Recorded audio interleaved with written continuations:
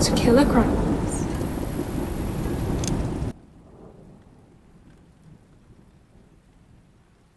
Now let's get on to the evidence. This one night counts as fundamental evidence. There's like two pieces of key evidence. One of them is a knife they found in Raphael's house. And they say it matched the characteristics of the knife that was used. And all I'm imagining is, That's so in vague. Bones, yeah, but in Bones, when like They make like a keeps fake. stabbing. Yeah, they like make a gelatinous human and then they just keep stabbing it to see if it's similar. Yeah. So yeah, that's what they say it's that. Anyway, they find Amanda Knox's DNA on the handle and Meredith's blood on the blade. Right. They say some strong evidence. Am I right? Yeah. The strongest so far, at the very least. And then there's the second key piece of.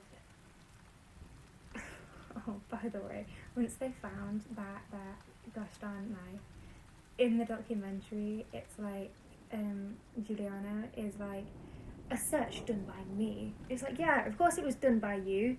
You're the lead prosecutor, my guy. Like, of course you asked for that search to be done. Who else would have? Why did you need to bring... Why is this you? Why is this all about you? A woman was murdered. Why is this that just a brings you me problem? Such princess bride vibes with like, it is I! It just like announcing himself every single time he does something. in my notes, I drew a second rolling eyes emoji. And then the second big key piece of evidence, of DNA evidence that ties Raphael and Amanda Knox to the scene, except not Amanda Knox, just Raphael, is they find this bra strap. They didn't find this bra strap until 48 days after the murder because it was hidden under a rug. How long did...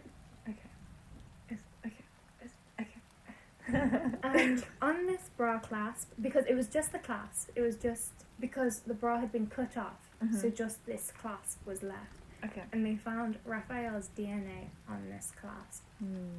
These are damning evidence. I agree, yeah. The only fingerprints found at the scene were of Rudy Herman Guede. He flees. He claims he was... I think there's an informant, a police informant, who was friends with Rudy. And basically they have a Skype call and he records the call. And on the call, Rudy is basically saying, like, I was there. I was there the night Meredith was murdered. But it wasn't me.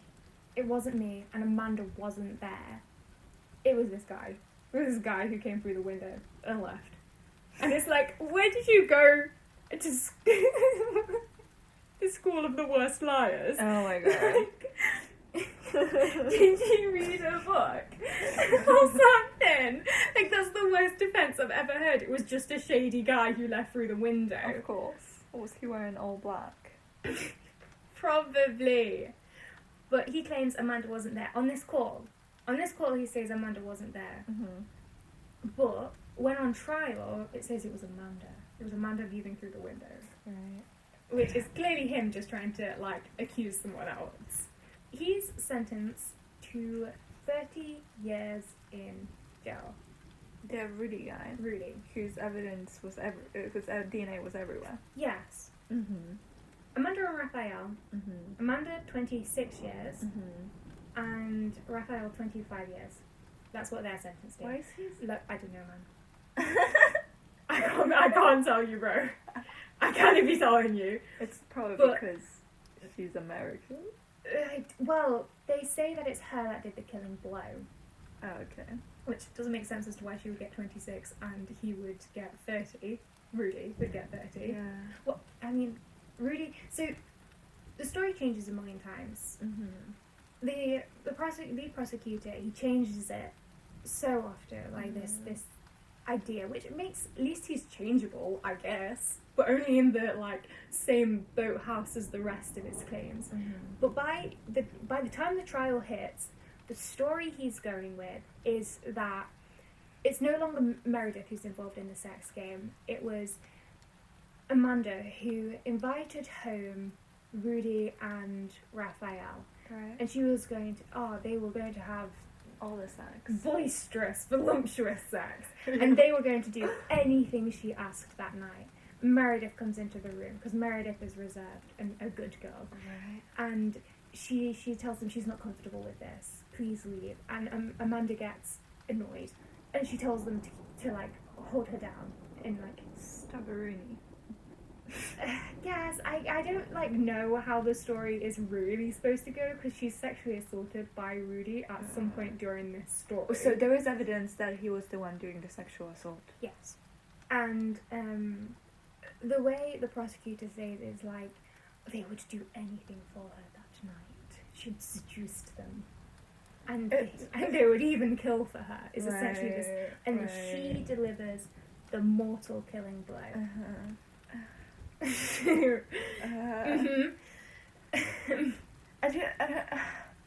Like, we're not in medieval times anymore, right? We didn't believe in witchcraft and whatnot. How can you possibly seduce someone to do whatever the hell you want? I don't know.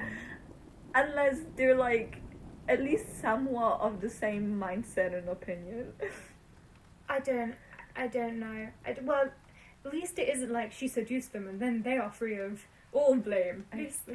In this fantasy world, they get charged. I don't.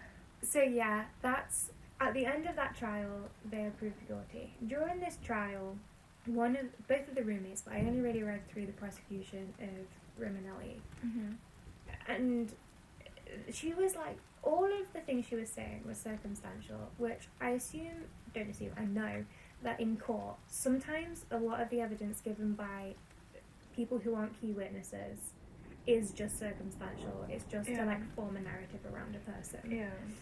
But for some reason, Romanelli is against Knox. It's evident. It's obvious in her testimonies. She's asked by Mignini stuff that really does not feel relevant. Like, were they friends? Actually, yeah, never mind. That one's relevant. And basically she says, yeah, they were close at first because they were both the only people in the house that spoke English. But then they grew apart. I don't think it was a proper falling out. They just had different interests. And Amanda was a bit weird. And Amanda herself says she was quirky. And I mean, like, in the videos, she's just kind of like an oddball, but like in like a very American kind of way. Right. And I haven't spent much time around a lot of Americans, but most of the time they can be very full of energy somehow, you know?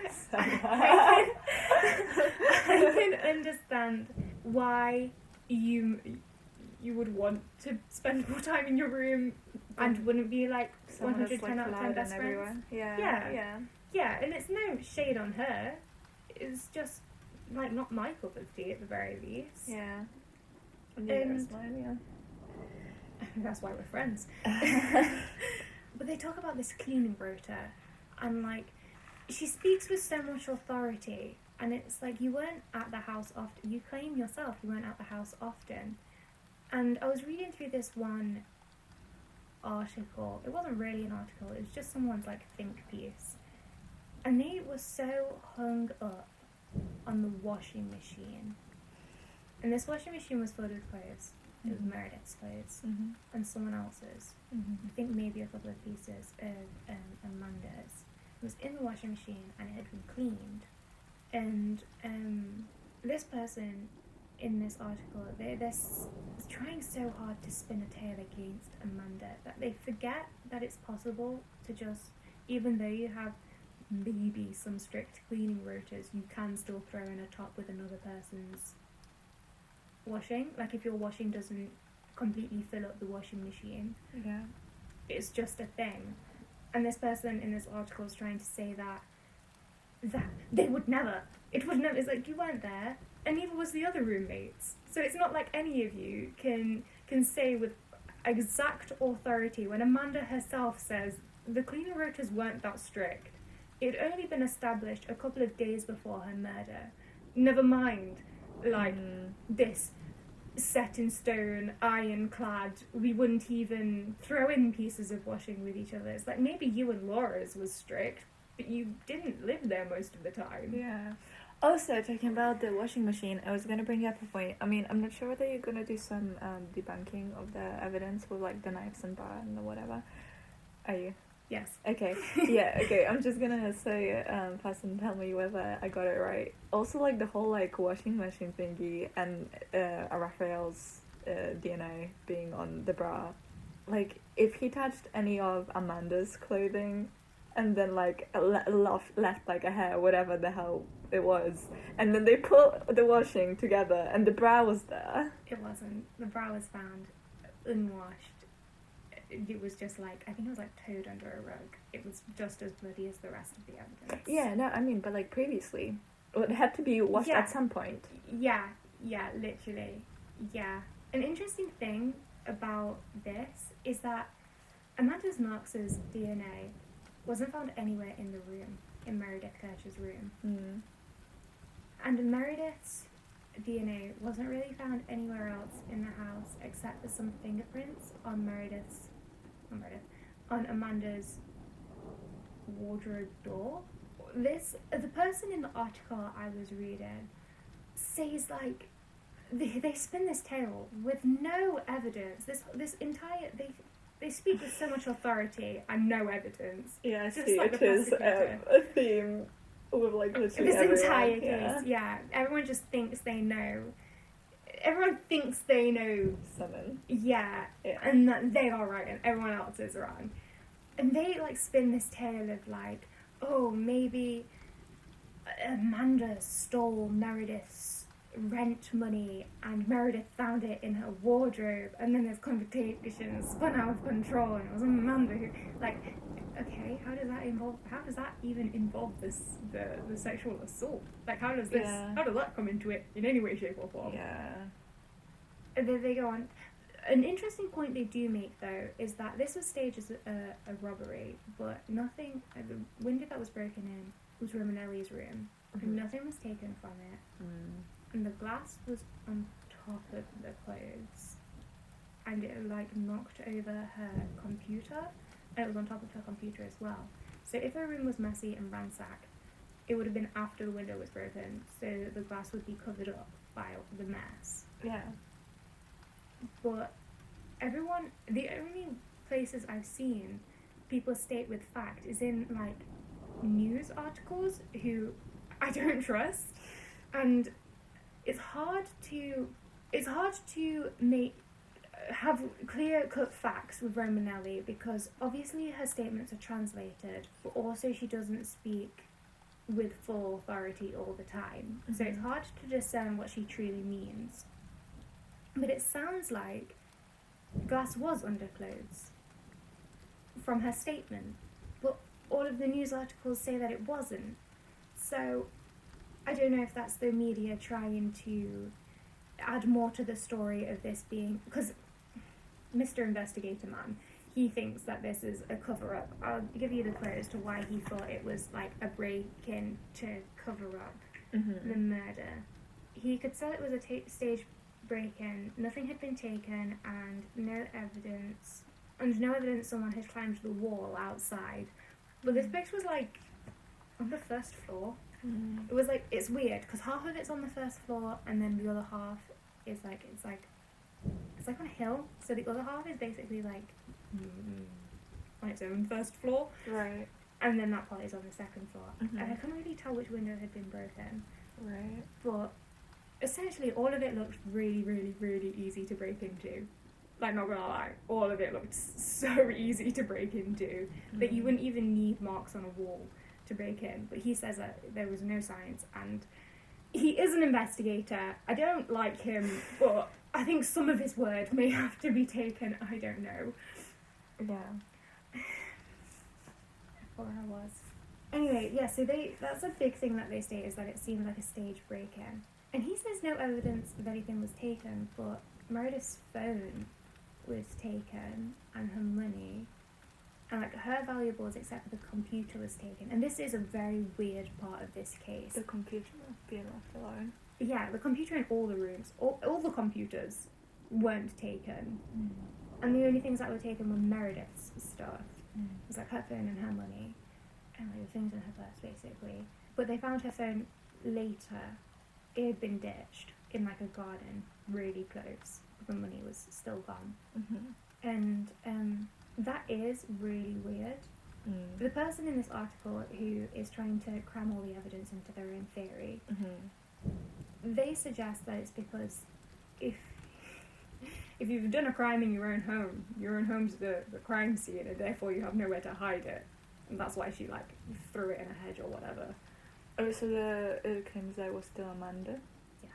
Okay. Yeah, this person is really trying to fit the evidence to show it was Amanda, but in doing so ignores lots of key details. Like this article, it focused so much around this damn washing machine and how it must have been that Amanda turned it on. She didn't even shower, she just turned on the washing machine because it was still warm, but only one person said it was warm, and they weren't a reliable source. I don't know, man. A lot of the evidence is really weird, and like I said, those two key pieces of evidence are really weird. So it gets Amanda and Raphael convicted. They're charged, and so is Rudy. And then the appeals happen. This is where the true disgrace of this case comes in. Because you can say what you want about the lead prosecutor, you can say what you want about the media, but it's not necessarily on them as much as the key evidence the forensic team found is. And I don't think anybody holds this forensic team as accountable as they should be. Right. So I'm going to read the things I got from this documentary. So there's videos to prove people entered the scene without crime scene investigation protective. Why is it a thing everywhere, all the time, constantly? Zonbene, here we are again. God, Madeleine McCann. Just like, stop it. Get some help. Literally. Get some gloves. Shoes. The shoe covers that they use weren't changed. So just tracking evidence everywhere. The gloves weren't changed. There was like not good protocol in changing the gloves between handling of evidence. And I put in quotes, total chaos. That's how it was described. Oh my god. From the actual forensic team is quoted as saying, unbelievably disorganized in every respect. Nice. That's their own team. Nice. So, the bra clasp found 46 days after the murder. It had 2 other unknown males' DNAs on it, and they were never brought Was one of them Rudy? Unknown. Unknown, okay. Unknown. Right. But it wasn't noted by the police. These 2 unknown males, they weren't noted by the police. Why weren't they noted by the police?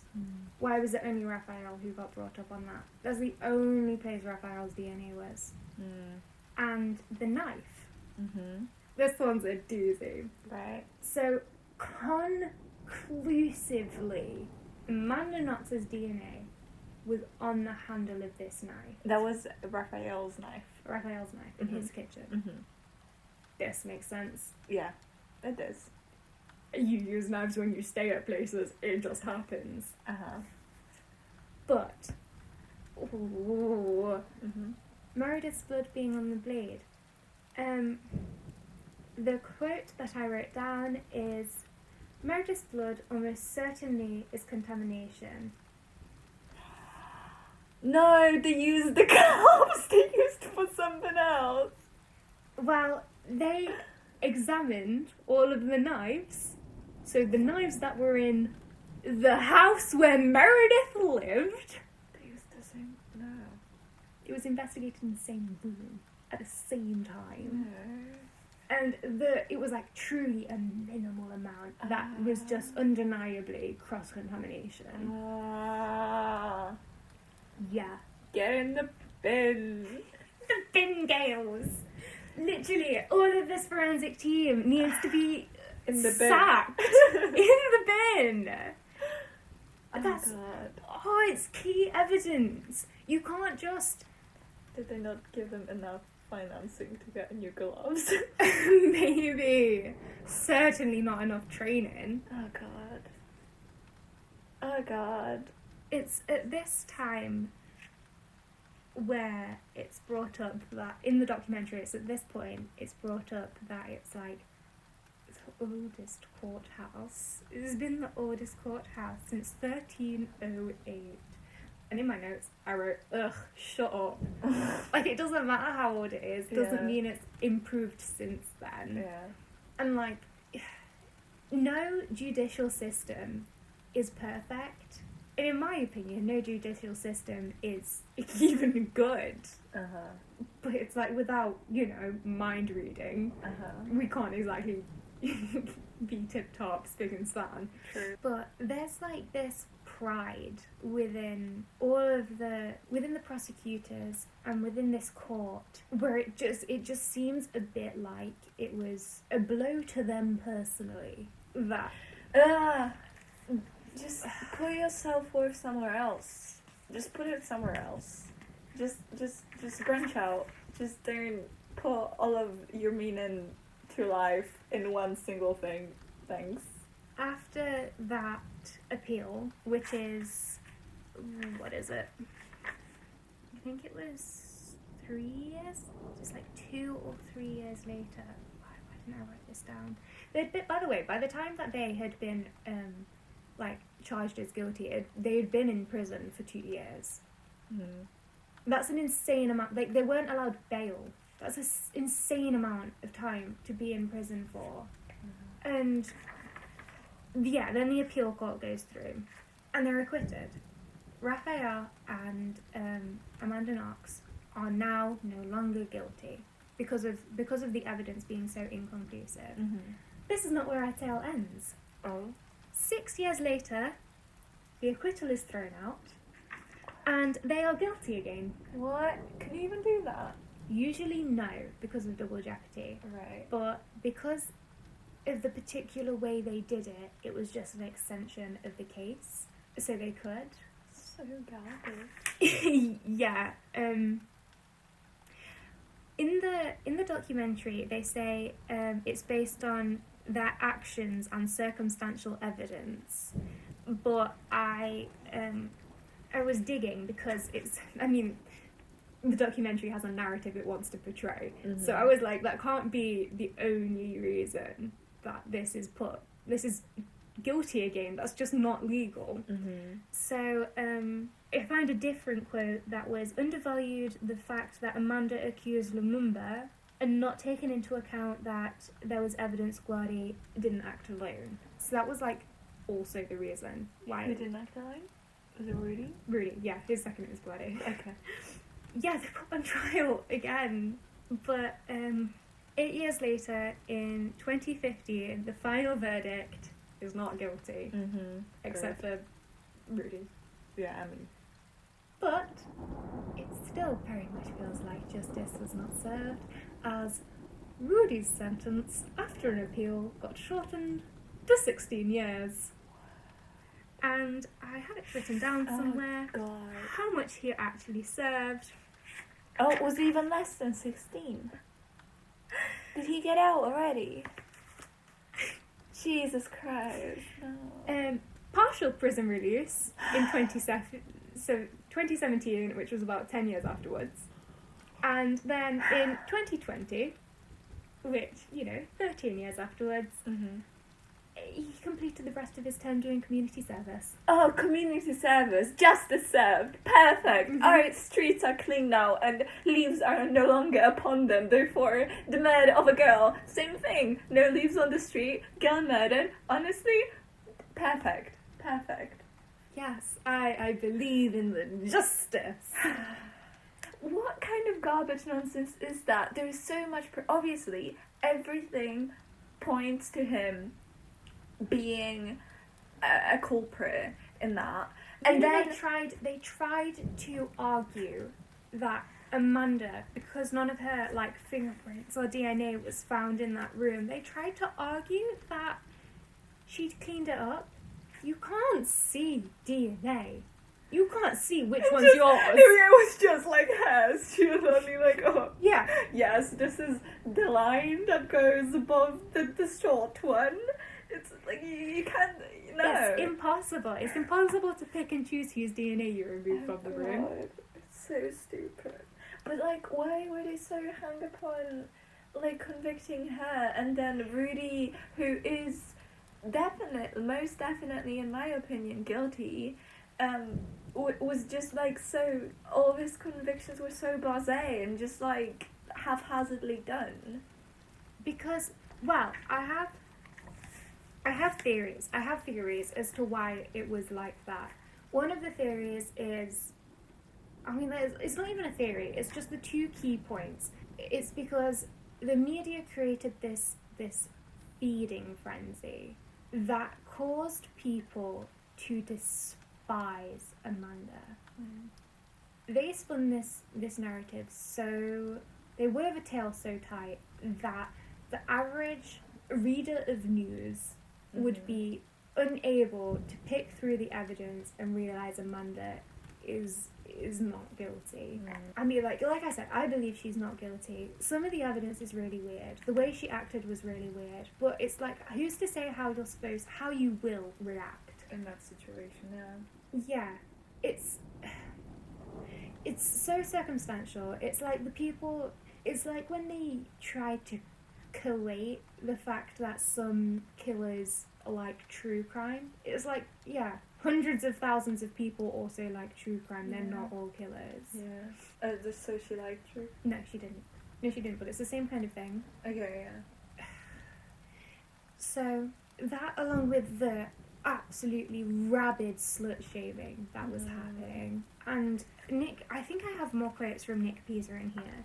No, I don't. But the way the press, they were hounding it.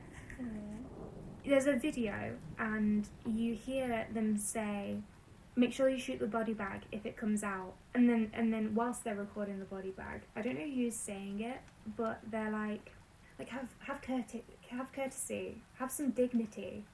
Stop, please stop. Whilst like they were recording the body, because it's like despicable. It is. I wrote it down in Italian, but it was like basta, per favore, basta, which is just basta means like stop it. Yeah. It's like, the way they said it was like with no conviction, it was dead monotone, but it's like, it just goes to show like that they're so used to the media being a gauntlet of trolls, as Robert Patterson would say. It's so that they completely turned the whole of Italy, England, and America against Amanda Knox. I don't know about other countries, but like that's where the key elements of this case took place. I feel like it also has to do, in my opinion, and that it has nothing to do with Italy specifically, because I'm sure most countries would react like it, at least me knowing the mindset of like a lot of Polish people. It's very much like us against them mentality at this point, I feel like. And she was like kind of an outlier. Yeah. That was an involved. outsider. Yeah. Yeah. An outsider. So like it was so easy to like think of her as the enemy. Her being the bad one. Yeah. Because you wouldn't want it to be one of Because like, yeah, I imagine it'd be just much easier to accept to people. The second reason is because of the lead investigator. He lobbied so hard for Amanda to be the one in the wrong, because he messed up that Florence case so bad that his name in this small town was ruined. And you can tell he thrives off of the fame, because once she was convicted guilty, he's like quoted as saying like, "Oh, I don't think of myself as a hero, but as I walk through the streets of Perugia, then people say, high five me." Basically, they Stand shake up and my clap. hand. They shake my hand. They thank me, and it's like, that's not the reason you're an investigator. No. That's not the reason. What is justice? It's not you getting your hand shaken for a shoddy job. Yeah. But it's like, I can just, it's like so clear. It's just, he clearly missed his calling. He's supposed to go to customer service to make people happy. Yeah, he just needed a win, essentially, and this was an easy one for him. The media made it easy for him, so he didn't really even have to do any work. Like I said, that quote, I felt under attack ever since I investigated Norducci. It all started from there. I felt under attack. Yes, you probably should have done, seeing as the fact you arrested 20 people who were acquitted for a body where there apparently wasn't any. This one's like a complicated one, and I kind of really want to do this case as well. Sure. But it seems like there's a possibility it wasn't even murder, this doctor that was dead. He arrested 20 people. He just really wanted that case. He really wanted the Monster of Florence case. And he spun it out to be such a big deal. Like, there was like Masonic activity and secret societies. Oh god. He just wants the fame, and you can see it. And in this, he says that, I don't know what the exact quote is, but he's basically like, "This is my small Italy. This is like my land. Like, this Perugia is like where he resides." And now he got promoted. He got promoted. But he hacked it up again. Well, yes, but no. Yeah, 'cause Rudy's most still people investigated. still- Most people don't think that Amanda Knox and Raphael are innocent. Because of things like I wrote it somewhere in here. Even years later in the documentary, they paint Amanda to be a sexual deviant and how she coerced Raphael into a relationship. Oh yeah, of course. She strong-handed him into the bed. Yeah.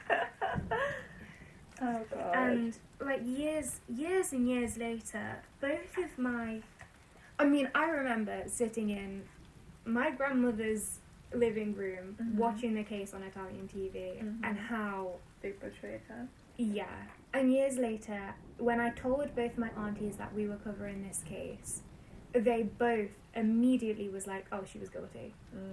And they're not saying that because they've read all the facts. They're saying it, I mean, like, nothing against them, obviously. Right.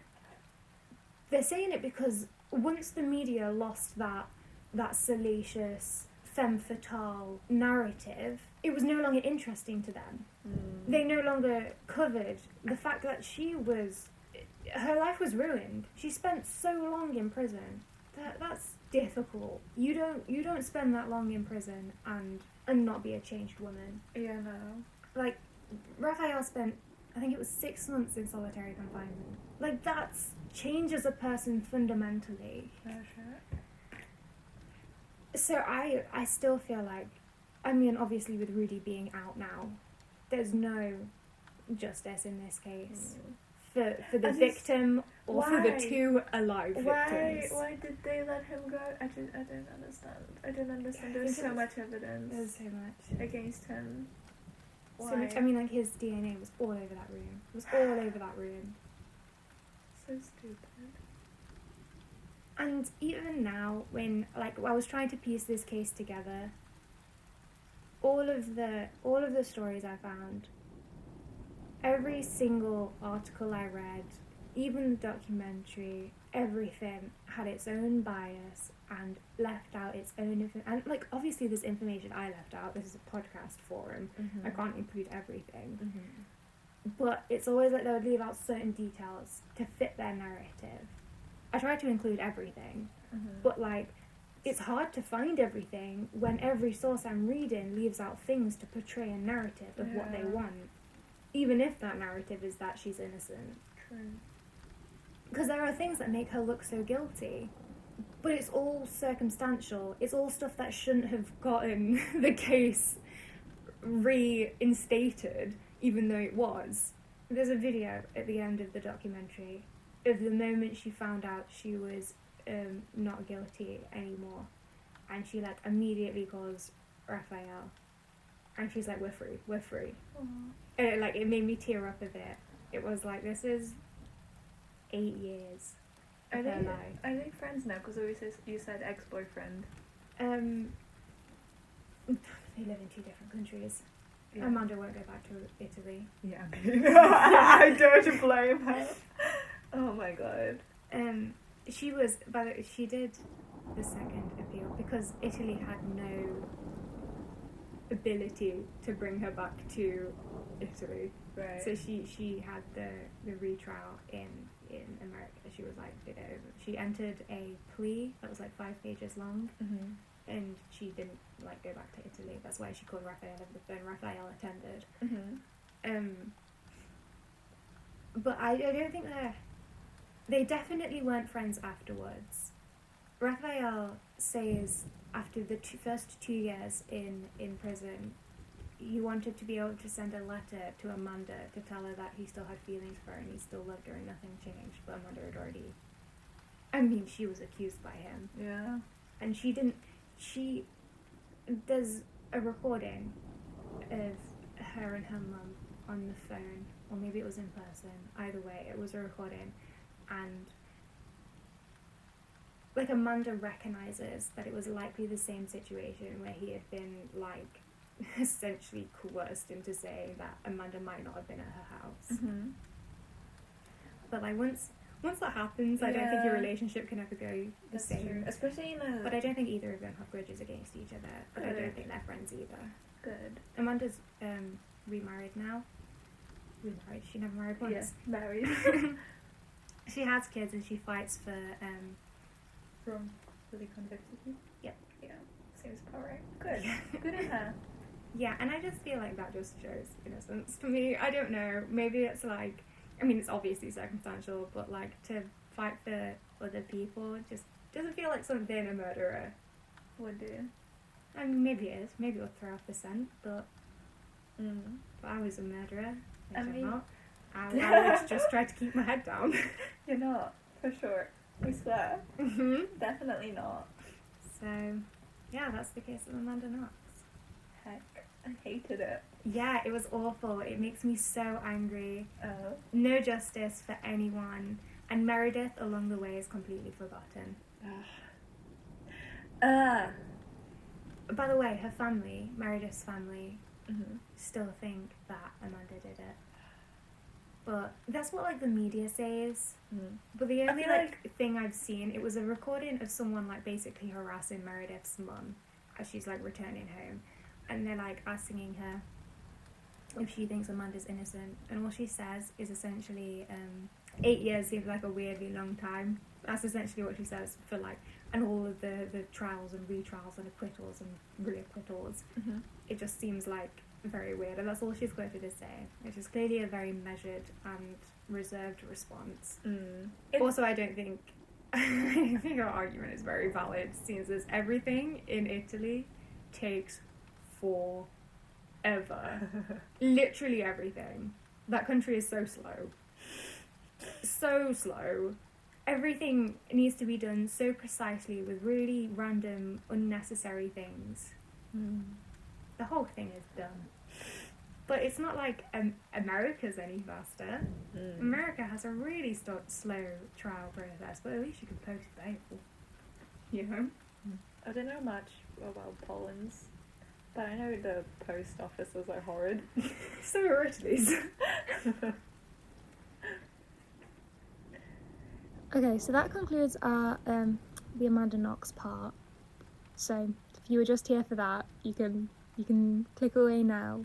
Yeah, now we're gonna move on to like a small 10-minute segment about a different case that we got pretty annoyed about, that we wanted to share with the general populace. so more people can get angry along with us, but there's not enough evidence to like keep talking about it.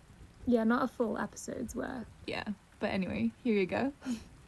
I would say I'm mostly a dispassionate person, and the only things I have pretty strong opinions upon is books and anything involving sexual assault, because I hate it with a burning passion of 1,000 suns, and I hope everything that's horrible to befall people that do such things.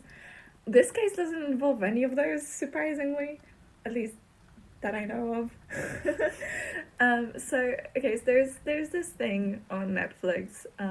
It's a series called Unsolved Mysteries, and in the first volume, episode 2, it's called 13 Minutes. It's a case of this woman called Patrice Enders, who was, I think she worked as a hairstylist. She owned her own salon, and in her she went outside on her break, and only after like 13 minutes someone realized she disappeared, and like just disappeared. Poof, no evidence of her. She's just gone. Nobody knows where she went. She didn't come back home the same night, and she had a kid. His name was Pistol, which Pistol Black. she was literally Pistol Black, which I'm sorry, but it's a really funny name. But yeah, we like Pistol here. He's a good guy. He was, I don't remember how old he was when that happened. I think he was still in high school, according to the episode. But yeah, she had a kid, Pistol, and she also remarried. I forgot what his face is, but we don't have to know.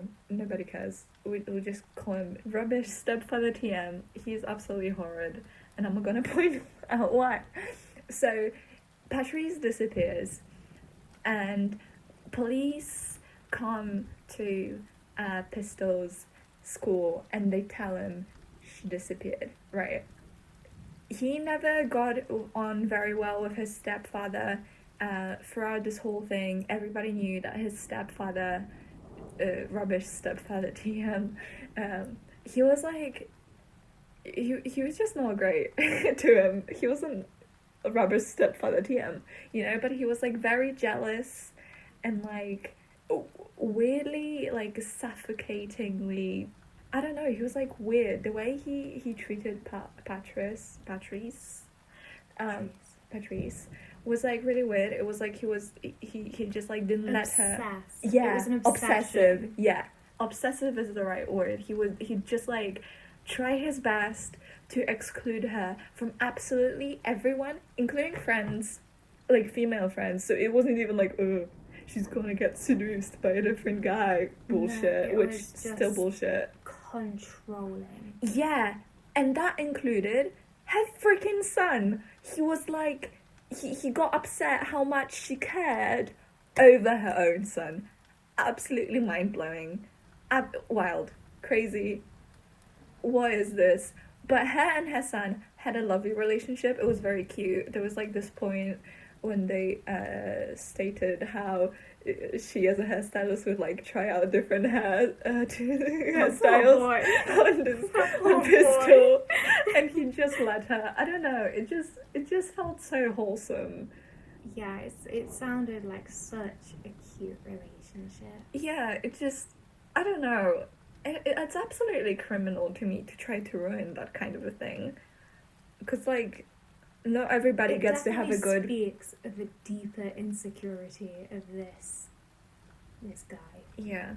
Okay, wait, so we've established he's horrible, obsessive towards Patrice, very awful towards Hassan. Apparently he was nice a couple of months after they met, and like she moved into his house and everything, but then it just like went out of the window. The amount of time he could stand to pretend, I suppose. Yeah, and he'd just say like really awful things to him. I don't think it was pointed out exactly what it was, but like he'd just say that he's like useless, he like doesn't get good grades or whatever. I'm not sure whether it's true, but like basically try to imply that he's just like garbage. He's useless. He doesn't have basically, yeah. And that he's like taking Patrice's time, which is a kid. Yeah, It doesn't matter if he's taking up all of her time. That's what you sign up for when you have a child. Yeah. Oh god. And another thing I found very cute about it is like she still had contact with Pistol's dad, which was her ex-husband, and they were like friends. They were like really good friends still, even though they divorced. They had like a very healthy relationship, and I think he was also jealous over that, which I understand slightly more, I guess, but it's still like It's gross. yeah. It still speaks of him not thinking of her as a human being, or more of her as an Property, object. yeah, for sure. To be owned and controlled. Yeah. In any case, so Patrice goes missing. The thing is announced to Pistol by police officers that came to his school. So he comes back home. His stepfather has been informed of that as well. And his stepfather, rubbish stepfather TM, tells him to go outside. He doesn't let him go into his house. His own home. Where he lived with his mother for like a really long time. Now, I have to point out, I do not know whether the house was like hers or like half owned by the stepfather and Patrice or something. I like do not know. But it was definitely not the stepfather's to begin with. I do not know. I don't think Okay, it was pointed out at all. But like they lived there, right? His things are there, his clothes are there, he has a room there. It isn't like a short term like whatever. It's his house, Yeah. right? It's where he lived for a really long time along with his mother. And the stepfather guy just chases him out of the house the night his mother disappears. So he's already horrified, in a terrible state. Just wants to like maybe get some shut eye. Possibly won't be able to because of the situation. Just wants to be in a situation like that. You want to be in a familiar, comfortable, secure place. Yeah. And also, I understand that, whatever, I mean, it's still shit, but, because, okay, when he got married to her, right? If you got married to somebody and that person has a kid, you have to accept that that kid exists as well, even if you don't like them, which, whatever, fair enough, you don't like them. Just, But like, have some I feel civil... As a mother who loved her son so much, you're marrying into a family. Yeah. You're not. Once you marry someone who has a child, and this child is such a significant part of their life, you're also accepting that person as a responsibility. Yeah, which is probably why he was like pretending to be like so chill with Pistol existing in general for the first few months. But yeah, he chases him out of his own house, and that's the thing that was like wild to me. He changes the locks of the door. So he doesn't even let him step a foot into the house? I don't think so. I mean, it wasn't like stated he doesn't let him a single centimeter into the house. Yeah. But like, I assume so. He definitely didn't let him stay the night whatsoever. He had to go to a friend's house. Like, he didn't even have the time to like call his dad and like try to like go to family. He had to like stay at his friend's place. It's horrible to say, but at the very least he was with someone who cared about him. Yeah, true. Yeah, but wow. But he should have been allowed in his own home. Yeah, and he like changes the locks, which is so suspicious. Yeah, we were talking about that. Yeah. And how it's like, is he trying to cover something up? Yeah, his like wife goes missing, and the And then he first doesn't thing you let do, anyone in the house. it's the same night. It's the same night she goes missing. It's like, if you don't know that this person is dead, you are expecting them to come home. You would make everything possible for them to just be able to get in, for you to be able to finally accept them home. You know, you don't change the locks. It's like in that case, you know, the one that happened a couple of months after Madeleine McCann. It was in like the north of England, and it was like, oh, the parents, the mother that faked it. yeah, and they were waiting for like a phone call. I think it was them. Mm-hmm. And it's like, it also happened in the Jean Benet case, where it's like the phone rings, you're expecting a phone call, you're on that phone in a second. If it's from like the people holding them hostage, from the ransom, from the police, you are like on it. Yeah, you're standing sentinel to that. It's the same thing. You don't change the locks. Oh god, no. You don't take away the only means of this person getting home. Yeah, and it doesn't even make. I mean, it's still shit, but It just I shows would that he doesn't think kind she's of- coming home. To me, same. I think so as well. And also, it doesn't make sense.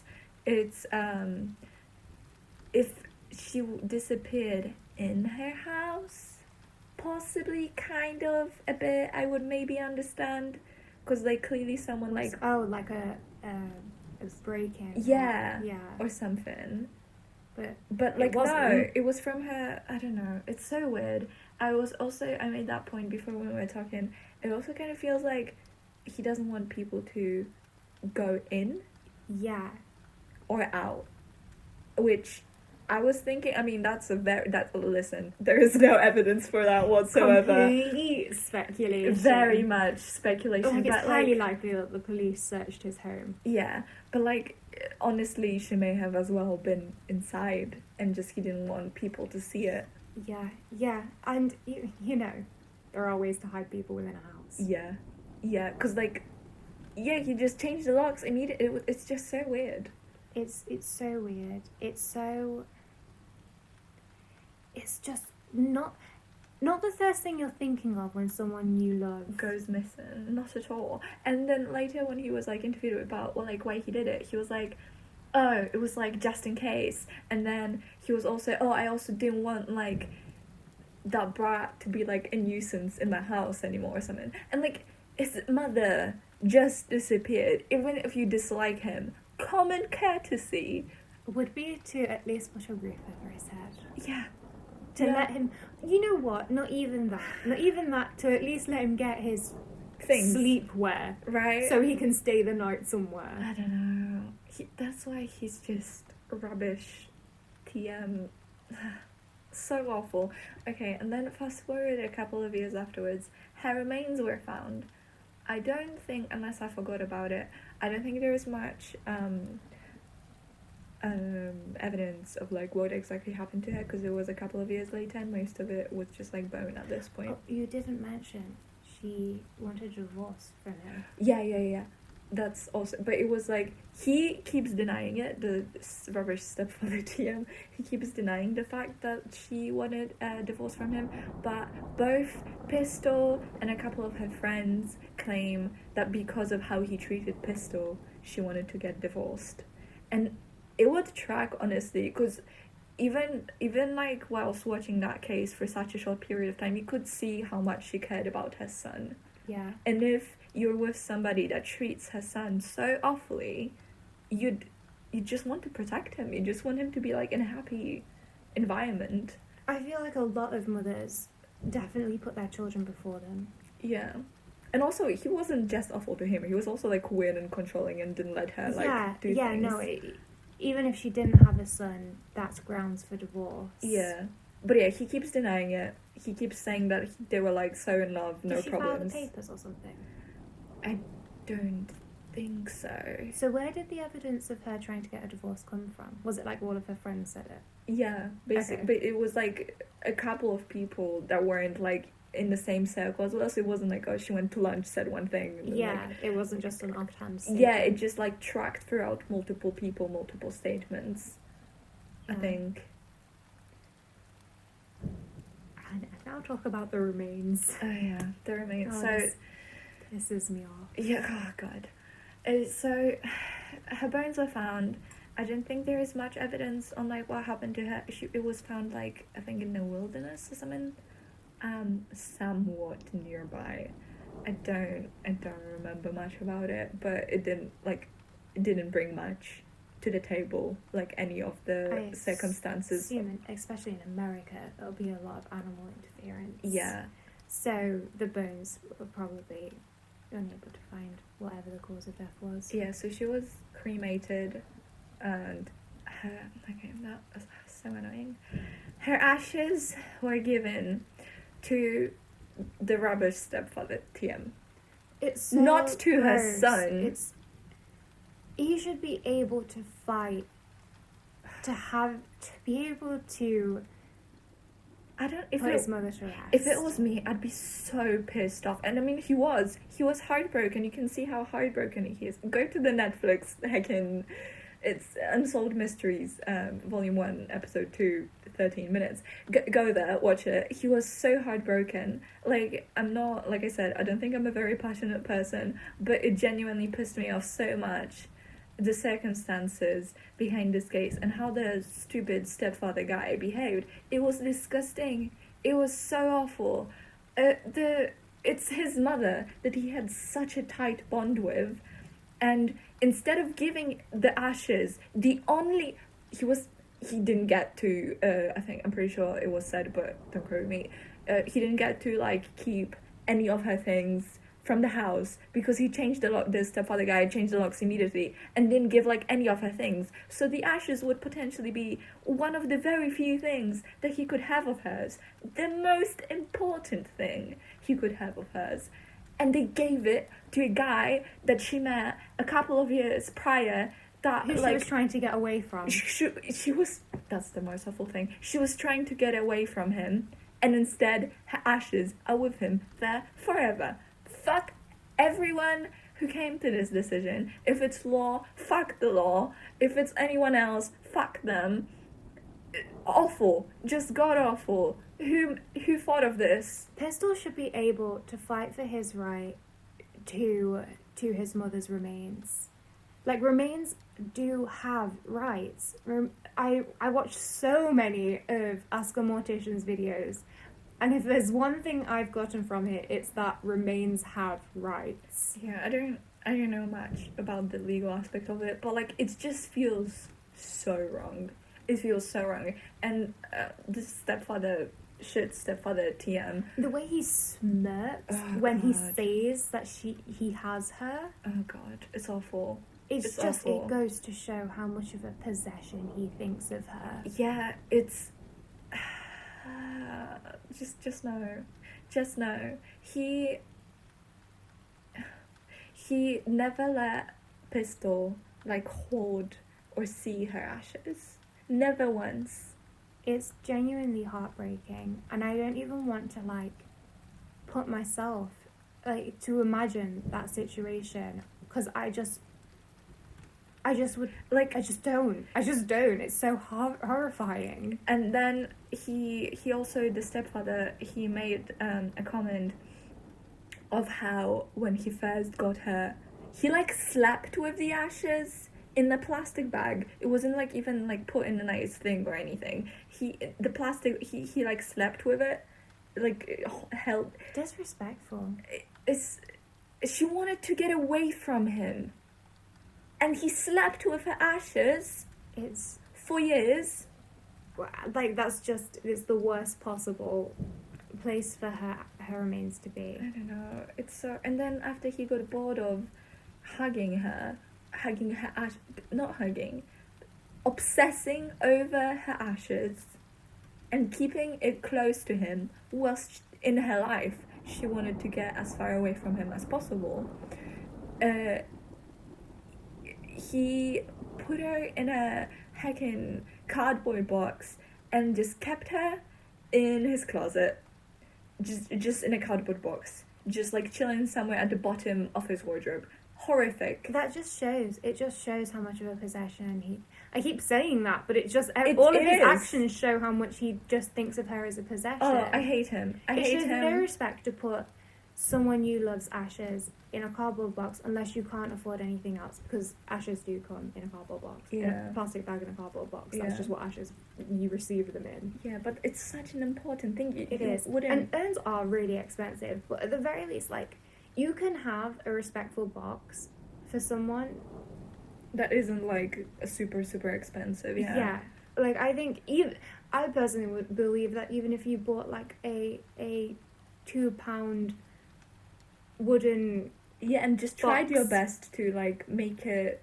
nice. like maybe paint her favorite flower on it or something. ugh. I just hate him. I hate him so much. Like, I hate wrongful convictions. I truly do. Because And it's sometimes hor- it feels like justice. Yeah, and like I hate I mean, to after say this it. case, Yeah. after Yeah. yeah. Yeah, it's horrific to say, but genuinely, if there was anyone who should be wrongfully convicted, it's that piece of garbage. Piece of work. Piece of work, yeah. Oh, I hate him so much. All the best wishes to Pistol. I hope he gets to somehow retrieve her remains from that awful, awful man, and like, I hope his life is just miserable. I genuinely do. The stepfather, oh my god, just trip on a pebble. Yeah, I'm genuinely giving all of my best wishes to Pistol. Yeah. God, awful. I hate it. I hated watching it. I hate watching it so hard. It was so bad. There wasn't like a lot of cases that pissed me off this much, honestly. But it's I guess they do parallel each other pretty well in the fact that there's just no justice in either of them. Yeah. Okay, that's it for This is the real end now. This is the real end for sure. Thanks for listening to us. Yeah, ramble for on so about that, long. yeah. And I guess see you See you next next week. one.